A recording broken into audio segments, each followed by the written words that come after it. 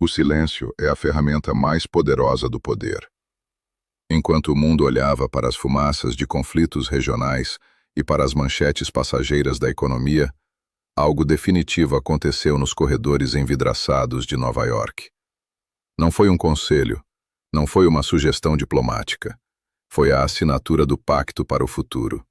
Um documento que muitos pensam ser apenas mais uma lista de boas intenções da Agenda 2030. Mas eles estão errados.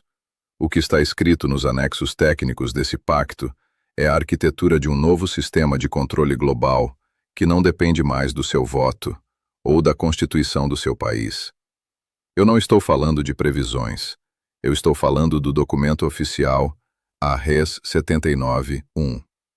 No capítulo 5, eles detalham o que acontece quando o botão de emergência global é apertado. Se você achava que 2030 estava longe, você precisa entender que o cronograma foi antecipado para 2026. O que você vai ver hoje são as provas de uma transição silenciosa. Da identidade digital obrigatória à gestão de choques complexos.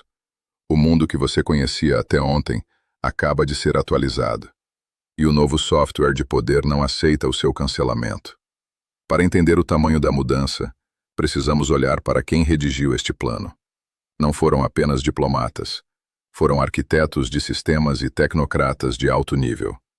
O secretário-geral da ONU e os conselhos do Global Digital Compact mudaram o tom. Eles pararam de pedir cooperação e começaram a exigir conformidade.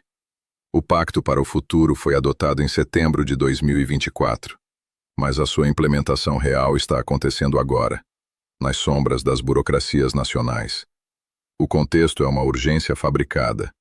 A narrativa de que o mundo está fragmentado demais, de que as crises são rápidas demais para que governos locais consigam reagir, isso criou o pretexto perfeito para a criação da plataforma de emergência. Quem são os envolvidos? Grandes conglomerados de tecnologia, bancos centrais e agências de inteligência digital. Eles não querem mais apenas influenciar a política. Eles querem substituir a política por administração técnica. O Brasil é um dos signatários, o que significa que a sua privacidade, o seu dinheiro e o seu acesso à informação agora estão vinculados a termos técnicos que você nunca foi consultado para aceitar. O perfil desse novo poder é invisível. Ele não usa farda. Ele usa algoritmos e protocolos de interoperabilidade. Eles chamam isso de governança moderna. Nós chamamos de o fim da autonomia nacional. Vamos abrir o dossiê das evidências físicas. Se você acessar os arquivos da Assembleia Geral da ONU, você encontrará o Global Digital Compact. Esse documento não é sobre levar internet para aldeias remotas. É sobre criar uma grade digital para cada ser humano no planeta.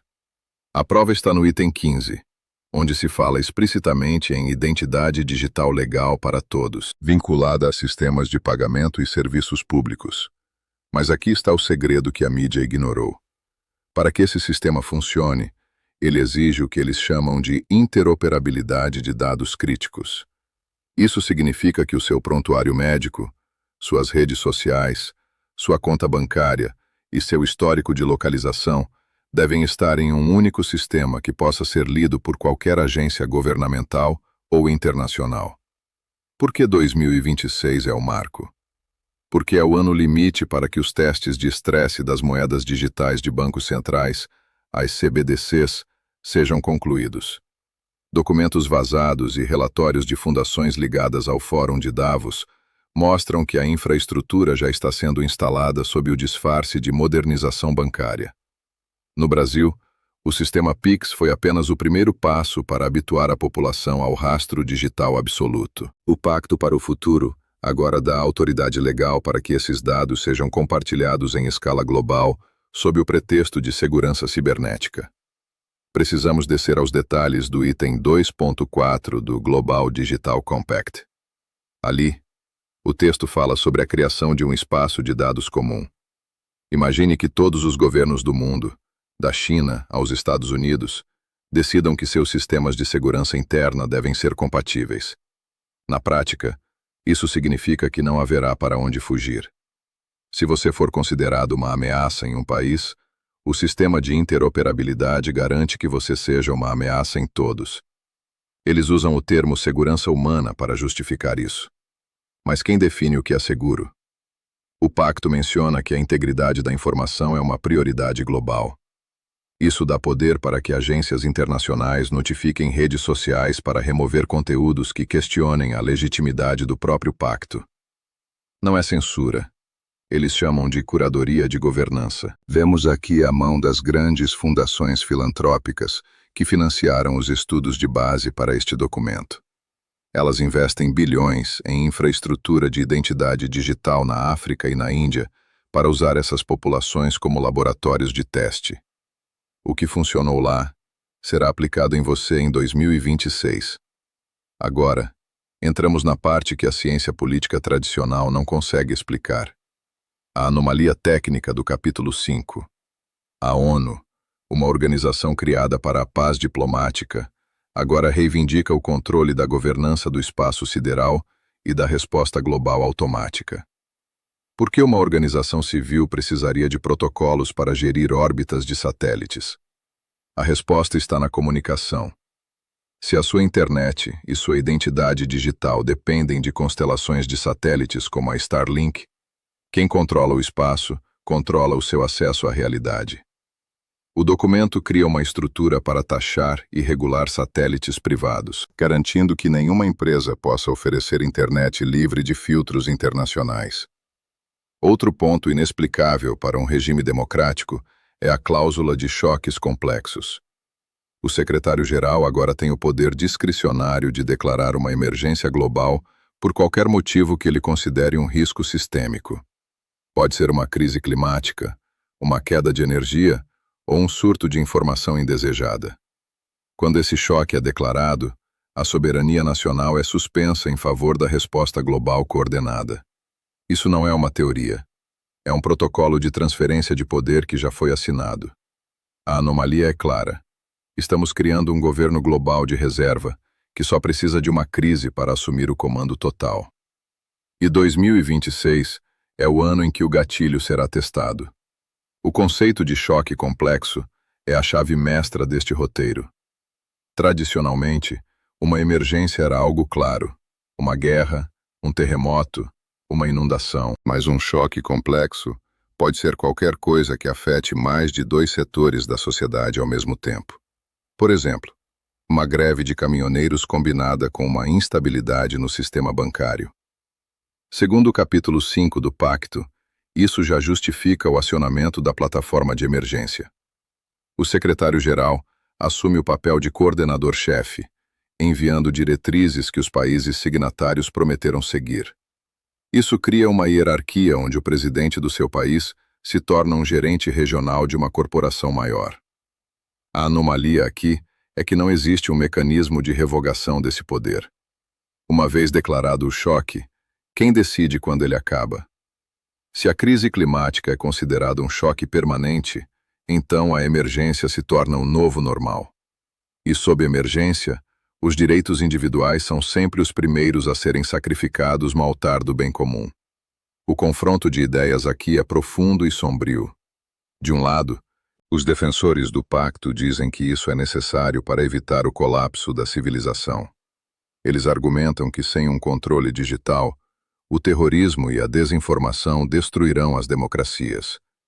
Mas o outro lado, a análise dos pesquisadores de arquivos ocultos, enxerga o nascimento do Leviatã digital. Uma entidade que não tem rosto, não tem sede física acessível ao cidadão comum e que governa através de créditos sociais e bloqueios financeiros. Se você for sinalizado pelo sistema de combate à desinformação previsto no pacto, como você se defenderá? Não haverá juiz local para recorrer se a sua identidade digital for suspensa por uma diretriz internacional. Teorias geopolíticas sugerem que o Pacto para o Futuro é a resposta das elites ocidentais à ascensão de novos blocos econômicos. Uma tentativa de manter o controle através da infraestrutura tecnológica antes que o sistema financeiro antigo colapse totalmente. O confronto real é entre o homem livre e o usuário monitorado. Estamos sendo empurrados para um contrato de adesão onde as letras miúdas dizem que você não é mais um cidadão, mas um ponto de dados em um fluxo de gestão global. O que acontece se você se recusar a ter a identidade digital? Os documentos sugerem que você será excluído da vida civil, incapaz de comprar, vender ou viajar. Não podemos falar de 2026 sem falar das moedas digitais de bancos centrais. O Pacto para o Futuro é o quadro legal que permite que essas moedas saiam da fase de testes. Diferente do dinheiro físico ou do saldo bancário atual, a CBDC é programável. Isso significa que o emissor pode decidir onde, quando e em que você pode gastar. No contexto do pacto, se você exceder sua cota de emissão de carbono rastreada pelo seu aplicativo de identidade digital, sua moeda pode simplesmente não funcionar para comprar uma passagem aérea ou carne vermelha. Isso não é ficção científica. É o que o documento descreve como gestão sustentável do consumo. Eles estão unindo a vigilância financeira com a vigilância ideológica. O confronto aqui é direto. Você quer um dinheiro que te pertence ou um vale-refeição digital que depende do seu bom comportamento avaliado por um algoritmo da ONU? A elite tecnocrática acredita que a humanidade é incapaz de se gerir sem esses freios e contrapesos digitais. Eles nos veem como variáveis em uma equação que precisa ser equilibrada. Custe o que custar. Meu veredito após analisar cada linha desse pacto é que a janela de resistência está se fechando. O Pacto para o Futuro não é um plano para 2030. É uma realidade para 2026. As leis nacionais já estão sendo alteradas para se conformarem a esses padrões técnicos internacionais. A soberania agora é uma ilusão que mantemos para nos sentirmos seguros, enquanto o chão sob nossos pés é substituído por uma plataforma digital controlada por poucos. A pergunta que eu deixo para você hoje não é se isso vai acontecer, mas o que você fará quando o sistema exigir a sua submissão total em troca da sua participação na sociedade. Você está preparado para ser um dissidente digital?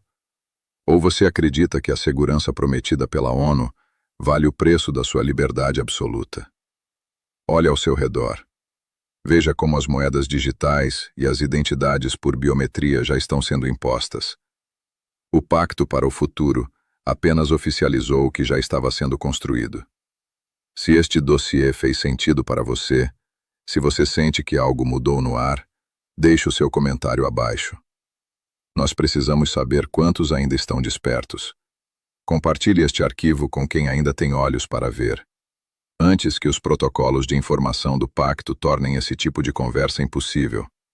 O tempo de silêncio acabou.